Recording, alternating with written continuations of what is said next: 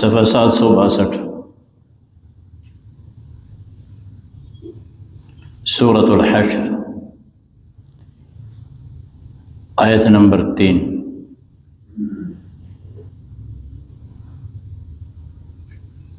سبحانك لا علم لنا إلا ما علمتنا إنك أنت العليم الحكيم۔ أعوذ بالله من الشيطان الرجيم، بسم الله الرحمن الرحيم۔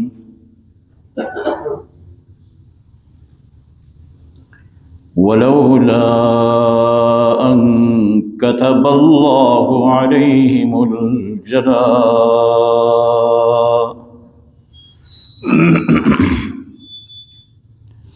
لعذبهم في الدنيا ولهم في الآخرة عذاب النار،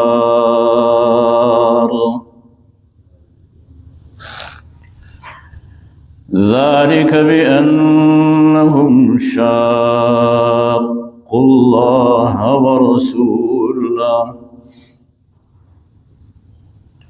ومن يشاق الله فإن الله شديد العقاب۔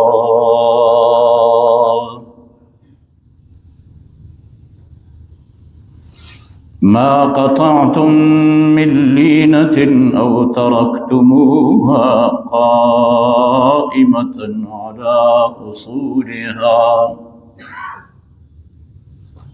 فبإذن الله وليخزي الفاسقين۔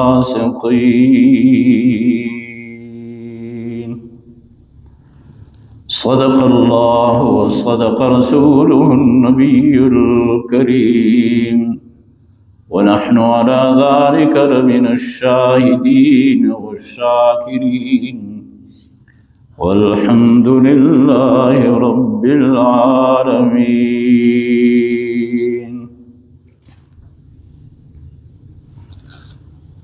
سورۃ مقدسہ کی ابتدائی 2 آیتیں رات کو تلاوت ہوئی تھی، ان میں بیان گزرا تھا بنی قریظہ کا، بنی نضیر کا، کہ ان کو رسول اللہ صلی اللہ علیہ وسلم نے مدینہ طیبہ سے نکلنے کا حکم دیا۔ اب جو احباب رات کے درس میں نہیں تھے، ہو سکتا ہے پھر ان کو بات سمجھ نہ آئے آگے، چونکہ وہ اسی پہ بات ہوتی ہے، لہٰذا آپ حضرات کوشش کریں، میں اگر ناغہ کروں تو کوئی بات نہیں ہے، لیکن آپ حضرات ناغہ نہ کیا کریں، اس لیے کہ جو آیتیں رات کو گزری ہیں اب آج جتنی بات ہوگی وہ اسی پر ہے، وہ جس کے ذہن میں ہیں یہ باتیں آگے اب اس کو سمجھ آئیں گی، نہیں تو نہیں آئیں گی سمجھ میں۔ بہرحال پھر بھی عرض کرتا ہوں کہ اللہ کے رسول صلی اللہ علیہ وسلم نے یہود کو مدینہ سے نکلنے کا حکم دیا، 10 دن کے اندر مدینہ خالی کرو، جاؤ۔ مشرکین نے ان کو ادھر ادھر کیا، ورغلایا کہ نہ مت نکلو، کیا کرتے ہو، بیٹھے رہو، ہم تمہارے ساتھ ہیں۔ کسی نے کہا ہمارے ساتھ اتنے آدمی ہیں، دوسرے نے کہا ہمارے ساتھ اتنے آدمی، ہم تمہارے ساتھ ہیں، اپنی جگہوں سے مت ہلو۔ 10 دن پورے ہونے کو تھے کہ انہوں نے پیغام دیا اللہ کے نبی کو، صحابہ کو، کہ ہم نہیں نکلتے، ہم بیٹھے ہوئے ہیں اپنے جگہوں پہ۔ تو وہ اپنے مضبوط قلعوں میں بیٹھے ہوئے تھے۔ جب وہ مدت پوری ہو گئی، اللہ کے رسول صلی اللہ علیہ وسلم کے حکم سے صحابہ نے ان کا گھیراؤ کیا، وہ اپنے اپنے قلعوں میں بیٹھے ہوئے تھے۔ گزری ہوئی آیتوں میں کہا گیا کہ انہوں نے سوچا تھا کہ ہم محفوظ رہیں گے، لیکن اللہ کا حکم ان پہ ایسا آیا کہ وہ اپنے ہاتھوں سے اپنے گھروں کو اکھاڑ رہے تھے۔ ان کے جو درخت تھے، کھجور کے باغات تھے، صحابہ نے ان کو جلانا شروع کیا، ان کو کاٹنا شروع کر دیا۔ وہ اللہ نے ان کے دلوں میں رعب ڈالا، وہ اپنے گھروں کو اپنے ہاتھوں سے، دروازوں کو، کھڑکیوں کو اکھاڑنے لگے، بھاگنے لگے۔ اس کے باوجود بھی اللہ کے نبی نے ان کو یہ حکم دیا کہ جتنا سامان ایک اونٹ پہ لے جایا جا سکتا ہے، ہر آدمی لے جا سکتا ہے، زیادہ نہیں، یہ بھی تم لے جا سکتے ہو۔ ان کی کوئی تکلیف نہیں، مہلت دی، راستہ دیا، جانے کی اجازت دی، نکل جاؤ۔ اب تلاوت شدہ آیتوں میں کیا کہا جا رہا ہے؟ ولولا، اگر یہ بات نہ ہوتی کہ ان کتب اللہ علیہم الجلا، کہ اللہ تعالیٰ نے ان کے لیے لکھا تھا جلا وطنی، اللہ کے ہاں یہ فیصلہ ہو چکا تھا کہ ان کو ادھر سے نکالنا ہے مدینہ سے، اگر یہ بات نہ ہوتی لعذبہم فی الدنیا، اللہ ان کو دنیا میں عذاب دیتا۔ کیوں؟ کہ انہوں نے مخالفت کی اللہ کی اور اللہ کے رسول کی۔ اور میں نے عرض کیا تھا کہ رسول اللہ صلی اللہ علیہ وسلم کو شہید کرنے کی انہوں نے سازش بنائی تھی، پتھر اوپر سے پھینک رہے تھے، جبریل امین نے اطلاع دی، تب فرمایا اگر یہ بات نہ ہوتی لعذبہم فی الدنیا، اللہ ان کو دنیا میں عذاب دیتا، لیکن ان کے لیے جلا وطنی چونکہ لکھی ہوئی تھی، دنیا میں ان کو اگر سزا نہیں ملی جلا وطن ہو گئے، لیکن فی الآخرت عذاب عظیم، ان کے لیے آخرت میں عذاب ہے۔ مدینہ سے نکالے گئے لیکن یہ دنیاوی بات تھی، آخرت میں ان کو اللہ عذاب دے گا ان لوگوں کو۔ اب وہ وجہ بیان کیا جاتا ہے دوسری آیت میں، ذالک بأنہم شاقوا اللہ ورسولہ، اس لیے کہ انہوں نے مخالفت کی اللہ اور اس کے رسول کی۔ یہ عہد توڑنا، اللہ کریم اس کو اپنا عہد کہہ رہے ہیں، اپنی مخالفت کہہ رہے ہیں۔ رسول اللہ صلی اللہ علیہ وسلم کو اذیت پہنچانا، اس کو اللہ پاک اپنا اذیت کہہ رہے ہیں، اس لیے فرمایا، آگے کیا فرمایا، وَمَن يُشَاقِ اللَّهَ، جو مخالفت کرے اللہ کی، فَإِنَّ اللَّهَ شَدِيدُ الْعِقَابِ، اللہ سخت عذاب والے۔ اب دیکھو یہاں پہ لفظ رسول نہیں ہے، پہلے کیا فرمایا، ذَلِكَ بِأَنَّهُمْ شَاقُوا اللَّهَ وَرَسُولَهُ، اس لیے کہ انہوں نے مخالفت کی اللہ اور اس کے رسول کی۔ اب یہ بات قرآن نے بتلا دی کہ یہاں مخالفت رسول اللہ کی ہو رہی ہے، رسول اللہ کی مخالفت کو اللہ تعالیٰ اپنا مخالفت ٹھہرا رہے ہیں اپنے قرآن۔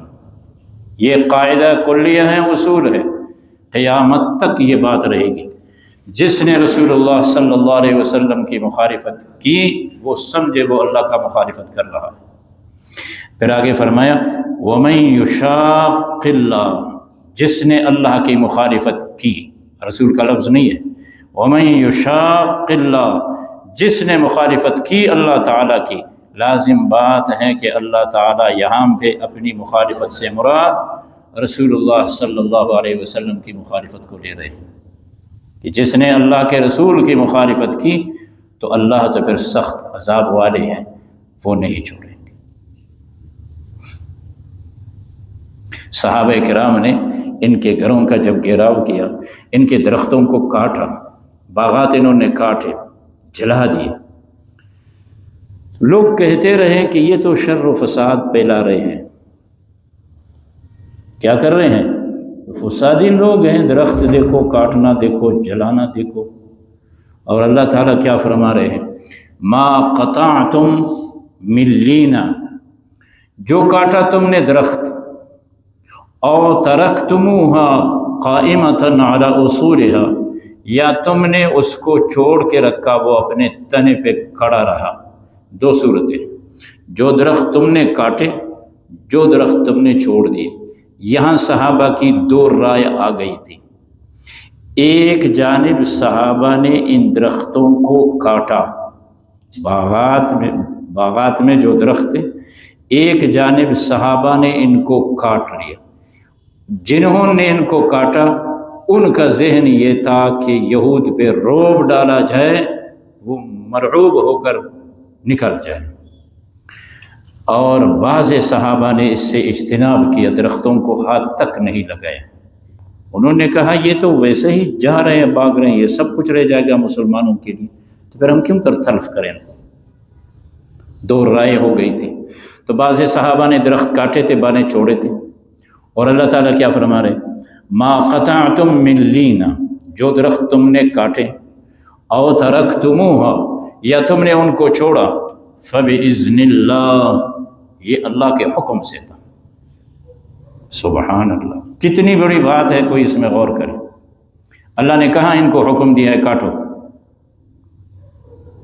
صحابہ کو کہاں اللہ نے حکم دیا؟ قرآن کی دیکھیں کوئی آیت نہیں ہے کہ یہ درخت کاٹو، فرمایا جو درخت تم نے کاٹے، جو درخت تم نے چھوڑ دیے، دو جماعتیں صحابہ کی ہیں، دونوں کی رائے کو اللہ فرما رہے ہیں فَبِإِذْنِ اللَّهِ، یہ اللہ کے حکم سے۔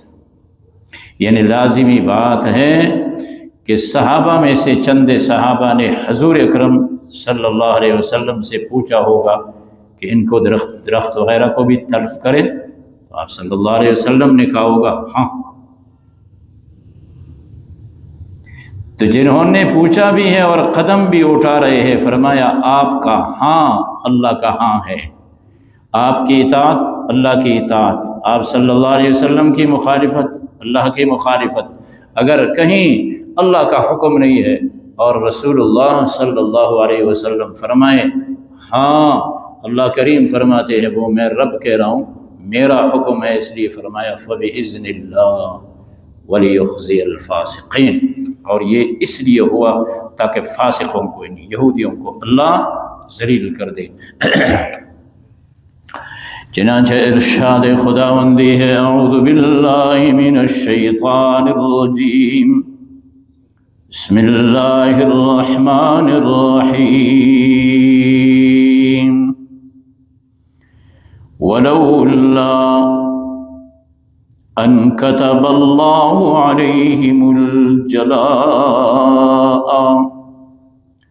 اگر نہ ہوتی کہ اللہ نے لکھا ہے ان پہ جلا وطنی، ان کو جلا وطن کرنے کا پیغمبر نے حکم دیا، اگر اللہ کے ہاں ان کے لیے جلا وطنی لکھا ہوا نہ ہوتا، لعذبہم فی الدنیا، ان کے مقدر میں جلا وطنی تھی، اس لیے اگر نہ ہوتی تو اللہ انہیں دنیا میں عذاب دے دیتے، لیکن یہ تو بات ہے دنیا کی۔ فرمایا وَلَهُمْ فِي الْآخِرَةِ، اور ان کے لیے آخرت میں عذاب النار، آگ کی عذاب ہے، ذَلِكَ بِأَنَّهُمْ، یہ اس لیے کہ انہوں نے شاق اللہ ورسولہ، انہوں نے مخالفت کی اللہ اور اس کے رسول کی، اسی لیے ان کو آخرت میں آگ کا عذاب دیا جائے گا۔ اور یہ قاعدہ ہے، یہ اصول ہے، یہ قانون ہے، وَمَن يُشَاقِّ اللَّهَ، جو مخالفت کرے گا اللہ اور اس کے رسول کا، فَإِنَّ اللَّهَ شَدِيدُ الْعِقَابِ، پھر اللہ سخت عقاب والے ہیں، سخت عذاب والے ہیں، وہ پکڑنا بھی جانتے ہیں، سزا دینا بھی جانتے ہیں۔ مَا قَطَعْتُم مِّن لِّینَةٍ، جو کاٹے تم نے درخت، او ترکتموہا، یا تم نے چھوڑ دیے درختوں کو، قائمۃ علی اصولہا، کڑے کے کڑے اپنے تنوں پہ، جو صحابہ کاٹنے میں لگے، جو صحابہ نہ کاٹے، فرمایا فَبِإِذْنِ اللَّهِ، دونوں کا عمل اللہ ہی کے جانب سے ہے۔ ایک نے سوچا تھا کہ کافر کو مرعوب کیا جائے، کافر پہ رعب ڈالا جائے، وہ مرعوب بنے، وہ بھی دین کا جذبہ رکھ رہا تھا، اور دوسرے نے کہا تھا کہ یہ مسلمانوں کے کام آئے گا، یہ مال مسلمانوں کا بنے گا، اس لیے اس کی نیت بھی اچھی تھی۔ فرمایا فَبِإِذْنِ اللَّهِ، دونوں پارٹیوں، دونوں جماعتوں کو خوش کر کے رب نے فرمایا کہیں ایسا نہ ہو تم ناراض ہو جاؤ، اور یہ اس لیے ہوا وَلِيُخْزِيَ الْفَاسِقِينَ، تاکہ رسوائی ہو ان فاسقوں کی۔ اللہم وفقنا لما تحب وترضى۔